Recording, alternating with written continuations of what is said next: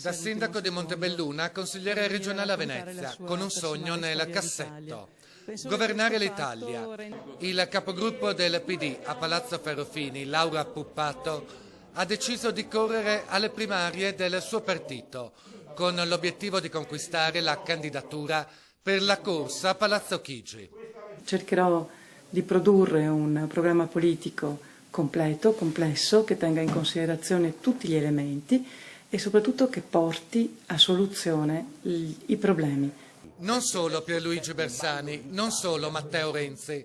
Tra qualche mese sulla scheda elettorale delle primarie del PD ci sarà anche il nome di Laura Puppato e la sua decisione di scendere in campo ha già spaccato il partito nel veneziano.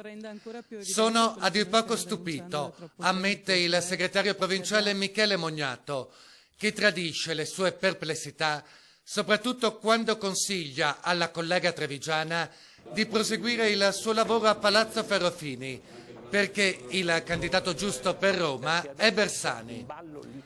Anche il capogruppo del PD in città Venezia, Claudio Borghello, si dice sorpreso dalla decisione di Laura Puppato, ricorrendo però a termini più diplomatici. Una candidatura di questo tipo è una candidatura che richiede una rete strutturata in tutta Italia, risorse e una presenza forte all'interno del partito.